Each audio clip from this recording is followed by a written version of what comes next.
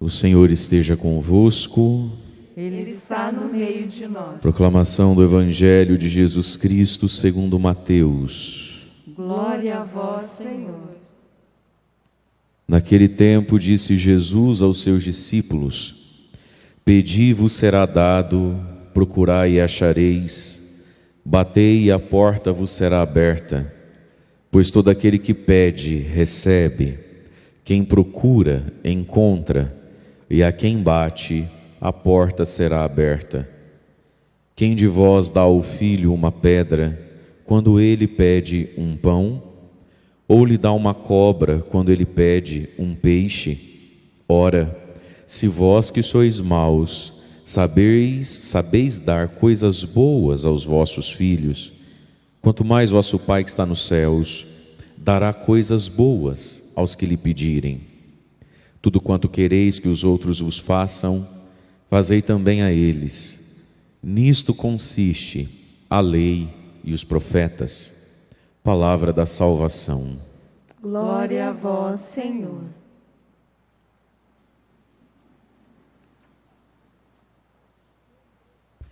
Irmãos e irmãs, iniciamos hoje a nossa novena em honra a São José, com uma liturgia da palavra providencial para um dia como novena. Tanto a primeira leitura quanto o Evangelho falam do poder da oração e da necessidade de orarmos. A primeira leitura nos fala da rainha Esther. A rainha Esther, que era uma judia, que foi tirada do meio dos judeus, colocada no palácio.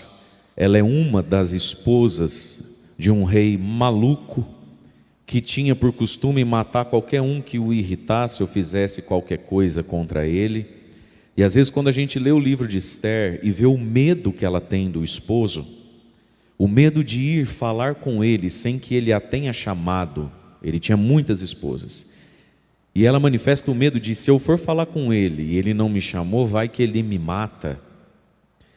A gente escuta isso e parece piada, mas quando a gente estuda a história da humanidade, grandes imperadores, enfim, coisas desse tipo, ou grandes imperadores de pequenos impériozinhos, isso está longe de ser piada. Isso de fato existiu no mundo, e até hoje existe a violência contra a mulher, às vezes de um modo muito gratuito. Pois muito bem, o povo dela, do qual ela é tão diferente, porque rica, ela é feita uma das tantas esposas do rei, portanto ela ficou rica da noite para o dia.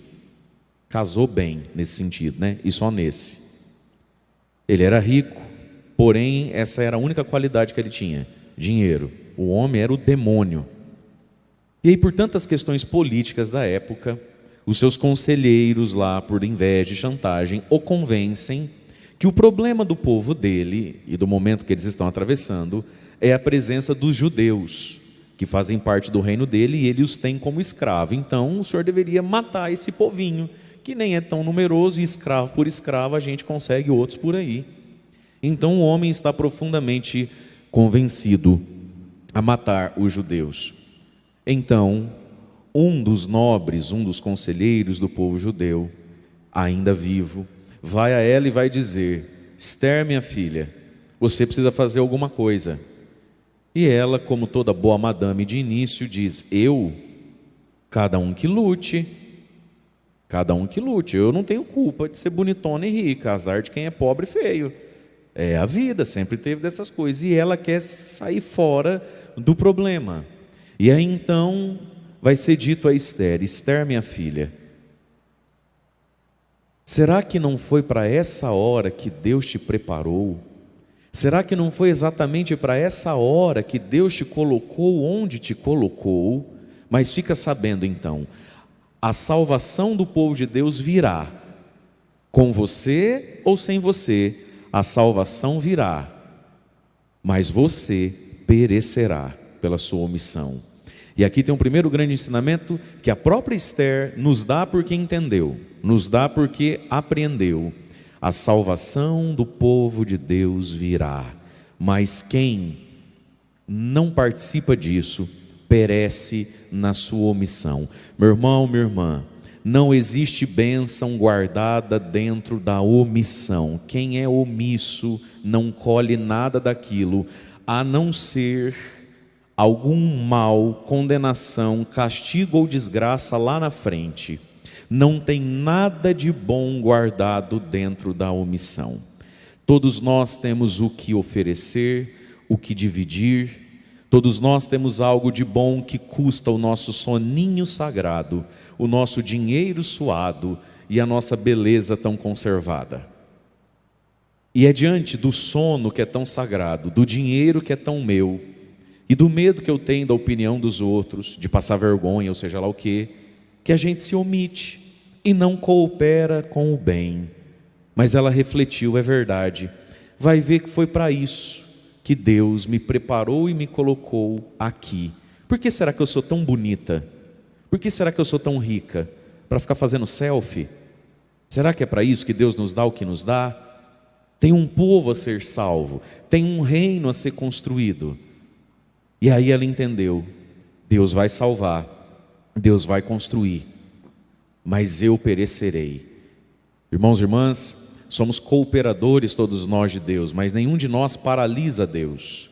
A salvação virá e você perecerá. Mas aí ela entendeu então, vai ver que foi para isso mesmo, que Deus me distinguiu tanto dessa multidão de gente que eu tenho dó. Só que dó não salva ninguém, dó não faz subir uma parede. O que faz a coisa acontecer é a dó transformada em atitude, até mesmo em risco. E aí então ela vai fazer o seu jejum. Ela manda uma carta ao povo, às judias, às mulheres, convoca algumas, leva elas para dentro de um quarto junto com ela e pede a todo o povo que jejue por 3 dias junto com ela, para que Deus dobre o coração do leão, que é o marido, a onça que ela casou. E por 3 dias ela faz o seu jejum sem comer nem beber, o jejum de Esther, que trazendo para a nossa realidade, sobretudo para quem não pode ficar 3 dias dentro de casa rezando e jejuando, precisa ter outros tipos de atividade. O jejum de Esther, que consiste em, por 3 dias cheios, então por exemplo, quinta todinha, sexta todinha e sábado até o fim do dia. O jejum de Esther, que consiste em 3 dias não comer nada e só tomar água se tiver sede, um chazinho ou um café para acordar a cabeça, e dependendo da atividade que se faz, da medicação que se toma, cada um precisa saber da própria saúde, um caldinho lá que é para tirar aquele gosto ruim da boca e o corpo da gente dá aquela voltar ao normal, porque ainda tem coisa para fazer. O jejum de Esther. E aí então começa a leitura de hoje, o 3º dia e o fim do jejum. Ela vai então agora orar diante de Deus, pedir a proteção de Deus. E é uma oração belíssima, a oração que a rainha Esther vai elevar ao Senhor. Ela vai dizer, temendo o perigo de morte que se aproximava, buscou refúgio no Senhor. Onde foi que ela buscou refúgio? No Senhor. Prostrou-se por terra naquele dia, no 3º dia, de manhã até o anoitecer, juntamente com as servas que estavam com ela nesse jejum. E ela começa a invocar a Deus então. Deus de Abraão, Deus de Isaque, Deus de Jacó, tu és bendito, vem em meu socorro, pois eu estou só, não tenho outro defensor fora de ti, Senhor. Aqueles momentos da nossa vida onde a gente não tem outro defensor. O remédio não nos defende mais, o médico não pode defender mais, o advogado tentou e não conseguiu, a minha palavra não me defende mais, a minha inteligência não me defende mais. E ela vai dizer, por que ela reza? E aqui está, irmãos e irmãs, a rainha Esther agora vai nos ensinar algo precioso. A oração não pode ser só fruto do desespero. Ela está em apuros. Mas olha o que ela vai dizer no versículo 17, capítulo 4, versículo 17. Senhor, eu ouvi, eu escutei dos livros dos meus antepassados. Naquele tempo não tinha a Bíblia pronta como hoje. Na sinagoga se lia, era feita a leitura, a proclamação, tinha um livro lá, para toda uma comunidade ouvir. E eram pedacinhos dos profetas. A Bíblia ainda não era organizada como é hoje, mas isso é conversa para um outro dia para a escola de teologia. Fica aqui. Portanto, Esther possivelmente nunca tinha lido a Sagrada Escritura. Ela só tinha escutado. Diferente de nós hoje que podemos ler e escutar de diversas maneiras ao longo do dia e da boca de tantos padres. Ela aos sábados, quando podia, e sobretudo nesse exílio que eles estão, nem sinagoga mais tinha. Olha o que ela vai dizer, olha a importância do ouvir, do ler e da memória. Senhor, eu ouvi, eu escutei da Bíblia, dos livros dos meus antepassados, que tu libertas, Senhor, até o fim, aqueles que te são caros. E aí, o texto aqui da missa pula vários versículos, para ficar mais rápido, mas ela vai, na Bíblia, aí, ela vai fazendo uma sequência de vezes onde ela diz assim, Senhor, eu ouvi do livro do meu antepassado que o Senhor cura o doente. Senhor, eu li do livro do meu antepassado que o Senhor levanta o caído. Senhor, eu li do livro do meu antepassado que o Senhor livra da boca do leão. Eu li do livro do meu antepassado que aquele que é justo clama e o Senhor escuta. Irmãos e irmãs, como é que a gente reza, meu povo? E por que a gente reza tão mal? Porque você vai diante de Deus e leva o quê? Desespero e dor. Você não sabe citar para Deus um versículo da Bíblia. Querido, querida, presta atenção no padre aqui, você não veio para dormir. O que são os versículos bíblicos? O versículo bíblico é um cheque que Deus assinou. Já foi no banco com um cheque sem alguém assinar? Adianta? Mas você já foi lá com um cheque assinado? Só eu vim descontar isso aqui. O que são os versículos bíblicos que você não sabe, porque não lê, não escuta e não lembra? É o cheque no banco divino. Deus é fiel nas suas promessas. Só que se a gente não conhece a Escritura e teima em não conhecer, quando vai rezar, o que sai de nós? Ai, minha Nossa Senhora, valei São José. Aí senta diante de Deus e acha que Deus é um psicólogo de pobre, que atende de graça, e a gente fica reclamando da vida e das pessoas.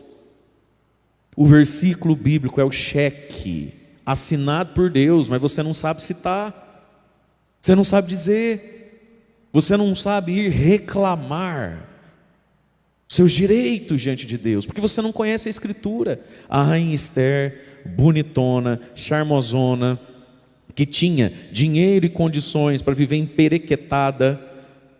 Eu fico imaginando o salão de beleza daquela época, como é que devia ser. Você já viu isso em filme, né? Aquele monte de ama, abanando, e traz o cacho de uva, e estica pezinho, e mexe no pezinho. Já viu isso em filme? Não viu isso em filme? Ou nem filme você assiste? Já viu isso em filme, sim ou não? Já. Aí ela está lá, aí ela deita, aí vem o povo bater, né? Um chama de chiáceos, outro chama de drenagem linfática, é massagem mesmo, né? Então ela, que era toda bonecosa, sabia citar a Escritura. Dona Maria, a senhora que passa puro, devia saber também, hein? Olha, a glamurosa, a ricaça, a bonitona, precisou aprender a citar versículo bíblico para Deus. A gente não precisa não, ganhando salário mínimo por mês, com artrite, artrose, osteoporose, marido ruim, filho encapetado, mete o dedo na cara de quem está do seu lado para não ter que fazer isso. Você fala assim, você precisa começar a conhecer a Escritura, a Bíblia. Faz aí o canto, senão eu vou descer aí dentro. Não sabe citar a Bíblia, meu irmão? Você não sabe o que Deus te promete, você não sabe o que Deus te garante. Então, porque ela tem uma fé na palavra, uma fé no que Deus promete, ela não tem fé nela, nem no desespero dela, ela tem fé na palavra. Então ela vai dizer, agora pois, depois que ela citou um monte de cheque, que o próprio Deus assinou, agora pois, ajuda-me, a mim que estou sozinha, não tenho mais ninguém senão a ti. De novo, meus irmãos, olha a situação dessa mulher, sozinha, e não adianta ninguém querer me ajudar nessa, é eu e Deus só. Vem, pois, em auxílio da minha orfandade. Olha que interessante, por mais fé que a gente tenha, a gente não deixa de ser gente. Ela é poderosa, ela é glamurosa, ela é a rainha do rei, uma das rainhas, né? Esposa do rei. Ela é riquíssima, mas quando ela vai falar com Deus, ela se chamou do quê? Órfã. Vem em socorro da minha orfandade. Do que ela sentiu saudade nesse momento, a toda poderosa Esther? Do que ela sentiu falta? Do pai. Ela é poderosa o que for, ela queria e ela lembrou: Senhor, vem em socorro da minha orfandade, agora era a hora do meu pai. Que saudade de papai. Do meu pai vim conversar com essa praga desse homem. Isso é serviço de homem, não é serviço de mulher. Quantas mulheres não se sentem órfãs diante da vida? Diante do marido ruim que tem, ou diante das lutas todas que você precisa passar. Olha que interessante, por que ela usou essa expressão, vem em auxílio da minha orfandade? Ela é rica, ela é poderosa, mas ela é gente, e quem é que não precisa de um pai? E ela se sentiu sozinha, ela sentiu saudade do pai dela, da lembrança que ela tinha do pai, que o pai dela aqui já é morto, e morto pelo próprio povo que escravizou ela quando menininha. Talvez ela tinha lembrança dela do pai dela, um papai grandão, corajoso, que resolvia as coisas. Pois é, não tem, ela está sozinha. E aí ela vai dizer: põe em meus lábios um discurso atraente quando eu estiver diante do leão. Quem chamou o marido dela de leão não fui eu, foi ela. Quando eu estiver diante do leão, Senhor, põe a palavra certa na minha boca. Muda o coração dele, para que ele odeie quem nos ataca, para que os nossos inimigos e os cúmplices é que pereçam e não o meu povo. Livra-nos da mão dos nossos inimigos, transforma nosso luto em alegria, nossas dores em bem-estar. Quem sabe se você tivesse uma Bíblia, um marca-texto verde palmeiras, mas é teimoso, não tem, lá na sua Bíblia você grifasse isso aqui, e a próxima vez que você sentisse saudade e falta de um pai para lutar por você, você pudesse abrir a sua Bíblia e ir diante de Deus e dizer: Senhor, tua palavra diz lá no livro de Esther que o Senhor livra da mão do inimigo, que o Senhor transforma a luta em alegria. Deus, eu não aguento mais depressão e choro no meu coração. Senhor, eu não aguento mais briga e inferno dentro dessa casa. A palavra diz que o Senhor transforma a dor em bem-estar. Eu vim aqui, foi o Senhor que assinou esse cheque, eu só vim descontar, Pai. Foi o Senhor que assinou esse cheque, eu só vim aqui, Senhor, em nome de Jesus pedir. De novo, fala para quem está do seu lado: até quando você não vai conhecer a sua Bíblia? Fala para mim. Até quando a nossa oração, minha gente, vai ser uns espasmos de lamúria e de desespero? Bate no peito e fala: nunca mais, Padre, nunca mais, resolvi isso hoje. Resolvi hoje, sei. Aí vem o Salmo. A fé vem da palavra, amém? Mas a fé vem da memória também. O salmista aqui, o rei Davi, escreveu: naquele dia em que gritei, portanto, em algum passado próximo ou longe, naquele dia em que gritei, vós me escutastes, ó Senhor. Onde é que está a fé? No que a palavra promete e naquilo que a cabeça lembra. Meu irmão, a vida não começou hoje nem ontem. Você tem história para contar, sim ou não? Você já passou por poucas e boas, sim ou não? Você já viu esse mar balançando outras vezes, sim ou não? Você já viu a boca do leão aberta outras vezes, sim ou não? Então busque na sua memória a sua fé e menos desespero, porque nós já passamos por isso antes, sim ou não? Aí você fala: passei não, Padre, passei por isso antes não. Pode ser que você não tenha passado por isso antes, mas tudo que você passou antes te preparou para isso que você passa hoje. Não foi assim com o rei Davi? Como é que foi a história do rei Davi? Ele nunca tinha visto um soldado na frente dele, ele nunca tinha visto um Golias na frente dele, ele nunca tinha visto um exército. Davi era rapazinho, ele nunca tinha passado por aquilo. Mas por que ele passou por aquilo? Falou: não, pode deixar comigo, esse aí eu pego. O que está lá na Bíblia que você não lê? O que está lá na Bíblia? O que está lá na pregação que eu já fiz aqui no YouTube 3 vezes, na TV Evangelizar 1 vez e na Canção Nova 1 vez, sobre a história de Davi, que você não assistiu? Que Davi, diante do rei, diante lá do Golias, todo mundo desencorajou ele. Falou: Davi, não dá para você não, menino. Olha o tamanho do maluco, você não vai conseguir fazer isso. Aí Davi fala assim: nunca matei um homem grande assim não, mas um dia eu estava lá na roça do papai, no pasto, e veio um urso comer as ovelhas do papai, e eu matei o urso. Um dia eu fui cuidar do rebanho do papai, veio um leão comer umas ovelhinhas do rebanho do meu pai, eu matei o leão. Rapaz, aquele que me livrou do urso e do leão vai me livrar desse gigante. Eu nunca passei por isso, mas tudo que eu me passei me preparou para isso. Bate no teu peito e fala: eu estou pronto, pode vir, pode vir, pode vir, estou pronto. Vai, meu irmão, abre a boca, pelo amor de Deus, fala: eu estou pronto, pode vir, pode vir. Bate na cabecinha assim e fala: tudo que eu já passei até hoje aqui, ó, tudo que eu já vivi me preparou para isso agora. Amém, povo de Deus? Onde é que está a fé para orar?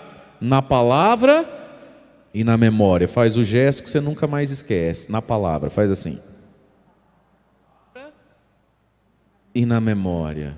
Na palavra, mas faz assim, assim você nem lê, tem que fazer assim, ó. Na palavra, parecendo cigana querer ler mão, não é mão não, é Bíblia, vai, ó. Na palavra e na memória. Agora sem usar a palavra, mulherada.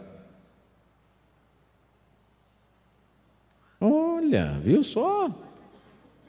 Dá até para não falar, hein, mulherada? Ó, que beleza, seu marido agradece. A fé está na palavra e na memória. E aí vem o evangelho de hoje, a palavra para o agora.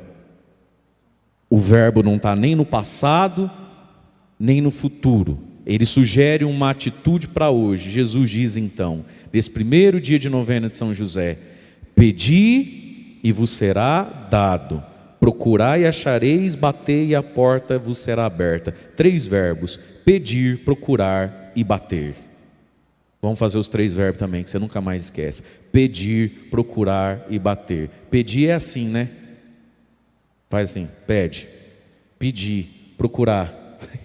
Vai, meu filho, que não faz? Oh, meu pai. De novo, pedir, pede, miserável. Não tem, não vai pedir? Pedir, procurar e bater. Quais são os 3 verbos da oração que alcançam o milagre e a graça? Pedir, procurar e bater. Sem palavra, mulherada. Quais são os 3 verbos então? Sem palavra, meu. Olha o vício, olha o demônio manifestando. Difícil, eu sei. Os maridos reclamam mesmo. Vamos lá, os 3 verbos da oração sem usar palavras.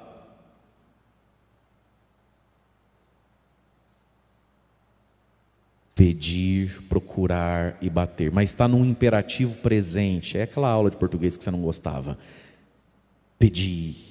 É verbo constante, é hoje, não é amanhã, não é depois. Se eu me sentir mais animada porque eu ando tão cansada, porque eu estou com uma mágoa, eu ando meio nervoso, padre, porque eu estou numa correria.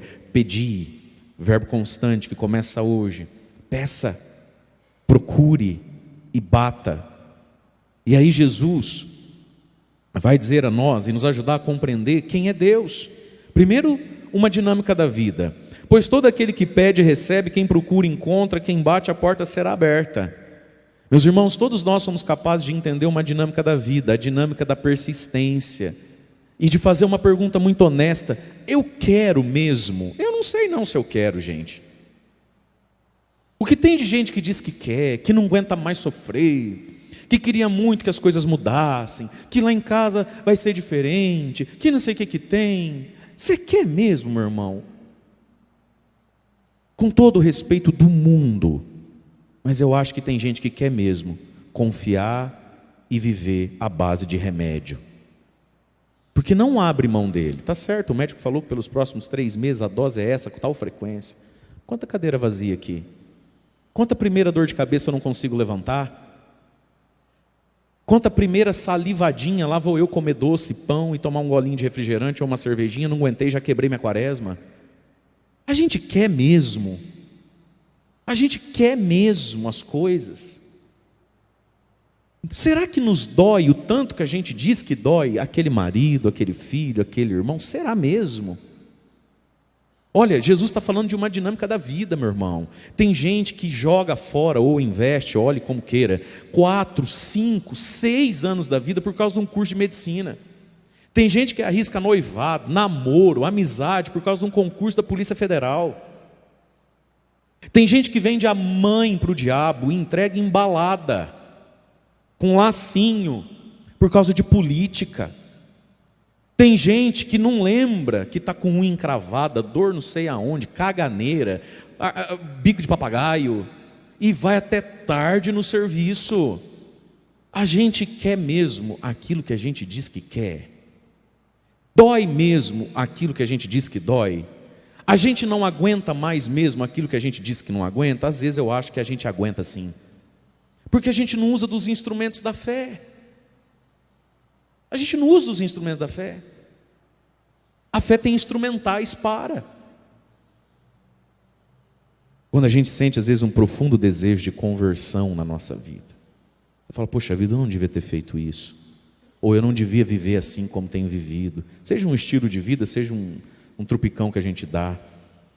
Ora, que bom que a gente se arrependeu. Olha aqui para o padre, olha para mim. Então eu estou indo em direção ao mal e nem percebo. Aí eu acordo para a vida, bum!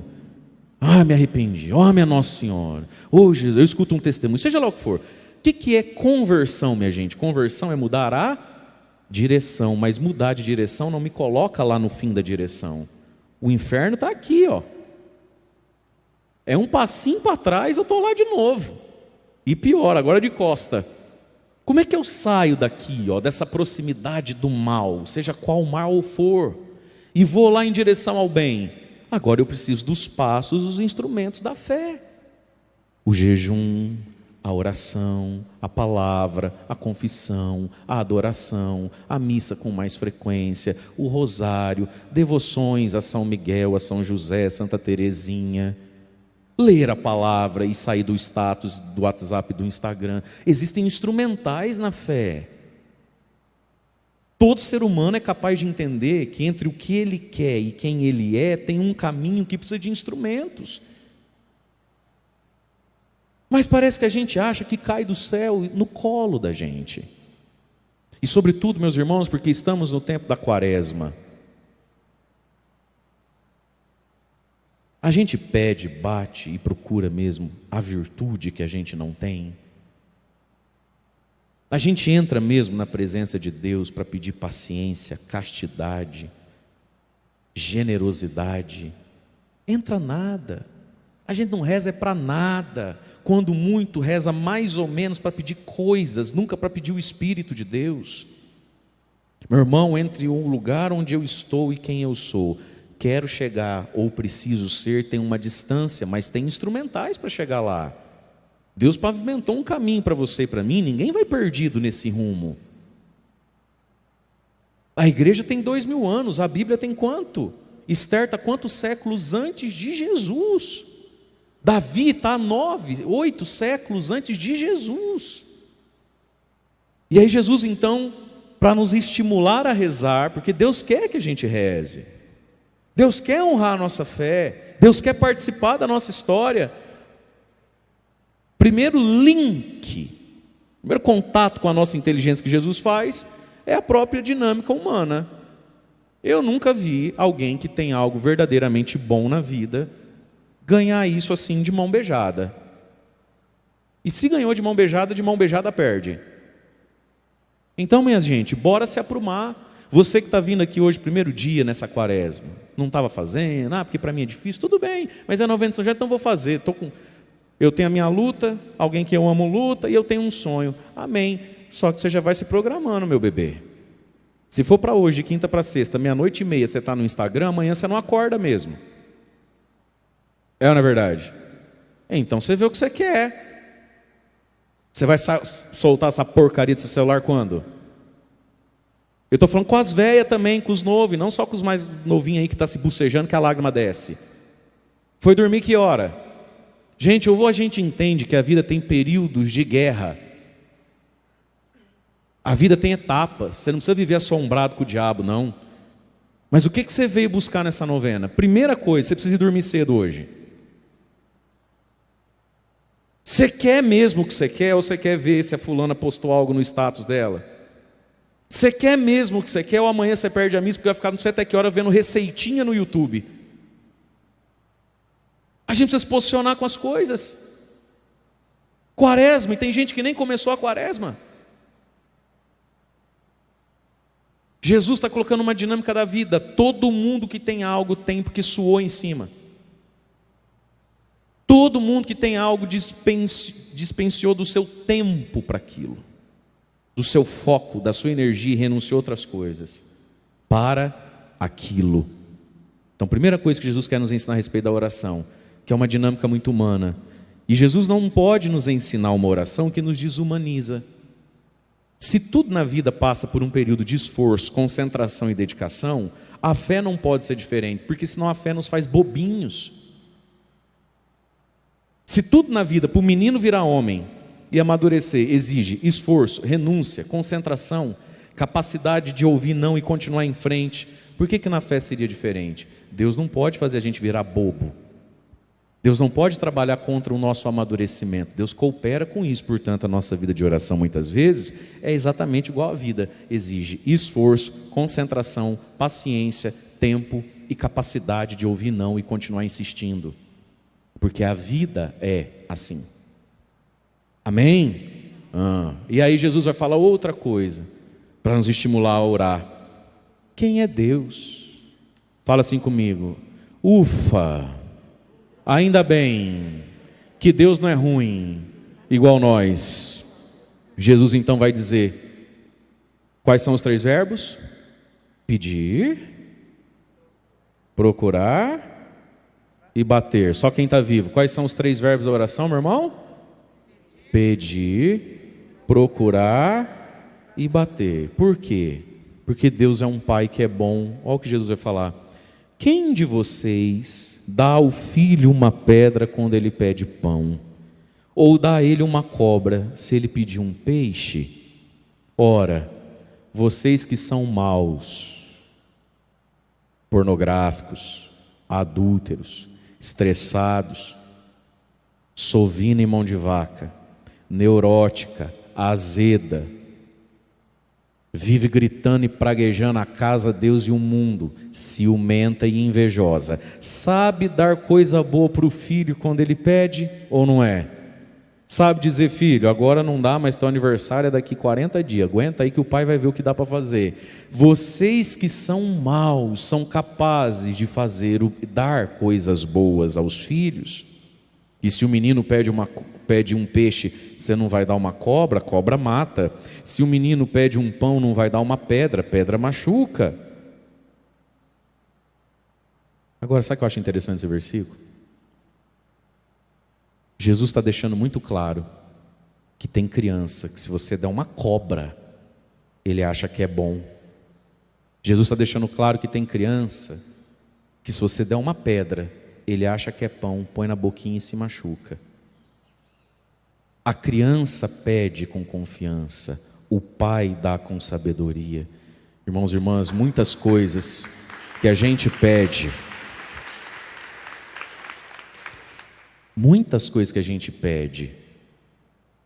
não são boas como a gente acha que é, não são necessárias como a gente acha que seja, e não são urgentes como a nossa ansiedade diz que é. Bendito seja Deus pelo não e pelo espera. Olha o que ele está dizendo, você é pai. Por que você não dá uma cobra para o menino? É porque ele não vai aceitar. Não foi isso que a Bíblia disse. Se o teu filho pede um peixe, por que você não dá a cobra? Porque você é bom e sabe que se você der uma cobra, ele vai se ferir com ela, ele não tem discernimento para aquilo. Meus irmãos, muitos de nós não estamos preparados para o que pedimos. Essa que é a verdade. Por que é que você não dá pedra quando o menino pede peixe? Porque ele não vai aceitar. Não foi isso que Jesus disse. Jesus está dizendo que tem muita criancinha que fala, papai, papai, pão, pão, fome, papai. É o pai que não dá a pedra, porque sabe, se eu te der, você não sabe discernir que isso é pedra, você vai colocar na boquinha, vai estragar o dentinho. Nós somos crianças, nós somos bobos. Nós somos limite. A vontade de Deus, meus irmãos, é qualquer coisa muito acima do nosso saber. Só Deus viu o amanhã. Só Deus sabe qual caminho eu tenho que trilhar para chegar no céu um dia. Deus já viu isso, eu não. Entende? É por isso que Deus dá as coisas boas. E quem diz que um não é coisa boa? Quem disse que não é ruim? Quem disse que daqui 3 anos, quem sabe, é para o meu mal? Eu sou criança, a criança pede, é o que nós estamos fazendo, a gente faz todo dia da vida. A gente pede, criança pede, não pede? A mãe, ele pede, o papel deles é pedir. E o seu papel? Discernir no amor. Entende? A criança pede com confiança, o pai responde com amor. Mas olha o que Jesus está dizendo, nós somos maus e somos capazes de dar coisas boas, de gerenciar a necessidade e dar, agora ou depois. Nós que somos maus, somos capazes de amar e de realizar um gosto, um mimo. Não somos? Não. Você nunca fez isso? Eu acho que tem gente aqui que nunca realizou sonho dos outros. Mimo. O sonho, o gosto do outro, fazer o gosto do outro. Tem gente que nunca fez o gosto do outro. Tem gente que é justa. Muito homem é assim. Ele paga a conta de água e luz, o mercado está pago e a farmácia está paga. Mais do que isso ele não sabe fazer pelo filho, pela esposa, ele não realiza um gosto. Ele não faz um mimo. Conhece homem assim? Está tudo certo, está tudo honrado, dinheiro sobrando, o sonho da família é ir numa praia. Eu não gosto de praia. Mas pai, eu não gosto de praia. Ixi, aquela areia no pé, que inferno que é aquilo. Eu não gosto de praia. Você conhece gente que nunca realizou um gosto, um sonho do outro. Às vezes você sabe que a pessoa gosta de comer, estou falando de coisinha pequena, gosta de comer alguma coisa, porque a pessoa tem uma vontade, tem um desejo, algo que não seja arroz, feijão, fubá e sagu, nem pensar. Entendeu você, né? Vós que sois maus, conseguis fazer uns mimos um para os outros de vez em quando.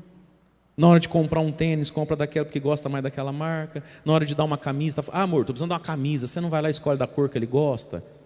Basta ser do tamanho? Não, mas ele prefere verde Palmeiras. Vai de verde Palmeiras. Vocês que são ruins com força tem hora. Ergue a mão para eu não me sentir sozinho. Mesmo que não seja verdade, tá? No seu caso, no meu é. Ergue a mão para eu ver, para eu não me sentir sozinho. Quem às vezes é ruim com força tem hora, vai. Só para eu não me sentir só. Eu sei que não é seu caso, gente. Ah, meu pai, quem de nós às vezes não se reconhece assim, ruim com força tem hora? Sim ou não? Obrigado pela solidariedade de vocês. Me senti acolhido aqui. E mesmo assim, a gente consegue fazer o bem, sim ou não? E aí Jesus coloca uma pergunta: quanto mais o Pai que está no céu. Deus é muito melhor do que nós. Nós oramos àquele que é todo poderoso e todo amoroso. Ele é onipotente, onisciente, onipresente e é amor. Portanto, a gente reza a alguém que tem todo o poder e que tem todo o amor. E aí, no Evangelho de ontem, Jesus nos ensinando o Pai Nosso, deu uma ênfase no perdão. Tinha nada a ver com a história do Pai Nosso, ele enfiou perdão no final de novo. Por isso, se você perdoa, se você não perdoa. Hoje ele está falando de um evangelho que fala do poder da oração, de alcançar milagres, de alcançar a santidade. Aí também não tem nada a ver com o tema oração, ele engata e fala o quê? Por isso, tudo que você quer que façam a você, faça ao próximo. Para nos ensinar o quê, meus irmãos?